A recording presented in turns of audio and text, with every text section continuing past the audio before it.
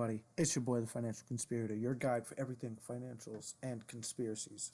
Today, we're going to be talking about the future scarcity of Bitcoin and why buying Bitcoin today could be the best decision of your life, and a little bit of MSTR talk along the way.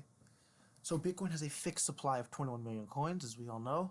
No more coins will ever be created. Over 19.6 million Bitcoin have already been mined, leaving fewer than 1.4 million Bitcoin left. Lost and inaccessible Bitcoin further reduces the available supply. All right, so this is the actual Bitcoin supply visualized as of December 2024. Okay, so as you can see here, most Bitcoin is owned by individuals, and there is more Bitcoin lost than there is left to be mined. Okay, and Satoshi owns almost a million Bitcoin, 3 times more than the governments, all the governments of the world put together. So all those BlackRock owning Bitcoin is centralizing the network. I mean, that's preposterous, okay? Ridiculous, ludicrous. And what this is not taking into account is the future Bitcoin that is going to be lost by people who send to the wrong address, people who forget their keys, people who don't manage their UTXOs correctly, people who pass away and they don't leave it to anyone and they donate their Bitcoin to Satoshi or the network or miners or developers, etc. All right, so we finally have something that is forever going down or fixed in supply. Finally. The I bought under 100,000 club.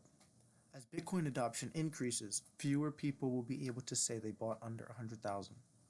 As of right now, less than 1% of the global population owns and holds Bitcoin. As institutional adoption accelerates, they will absorb more supply. So we see now that banks are able to custody crypto, and banks are able to custody Bitcoin now. By 2030, buying Bitcoin under 100,000 may seem like a distant memory. So let's just take a look at this here. Back in 2011, you might have had someone saying, "Oh, I think 2690 is too expensive. I'm going to wait till we go back down to 10." They watch price jump. They watch price jump again. And then they watched it fall to 315. They watched it fall back down to less than $100, and they said, "You know what? Maybe it will go back down to 20, to 15."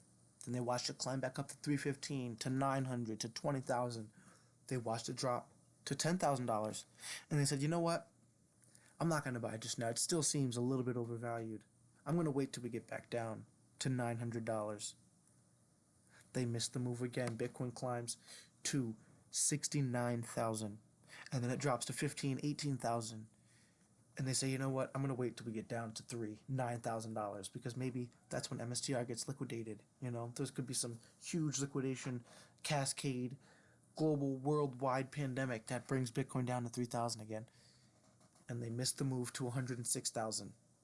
Bitcoin crashes from 106,000 to 79,000. What do people say? "I'm going to wait for 65K. We could be seeing 60K. I've seen people on CNBC calling for 60K, so I'm going to wait." And what do they miss? The next leg up to 120, 150, 170,000.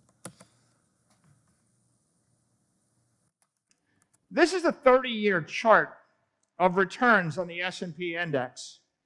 And this chart tells you that if you missed one day, there's one day every year when 85%, 90% of all of the gains come. One day. And there are 36 hours a year when all investment return takes place. So in 365 days, nothing happens 99.5% of the time. This is why we have the laser eyes. This is why we say hodl. Because, and I have said before, trading Bitcoin is a sign of lesser intellect. Now, MSTR strategy holds one of the largest Bitcoin reserves in the world, 499,000 Bitcoin, and the company does not plan to stop anytime soon. They have 15 billion in converts and around 5 3 to 5 billion left in ATM purchases. Right? So while MSTR's USD per share is dropping, this creates an opportunity to buy future Bitcoin exposure at a lower USD rate.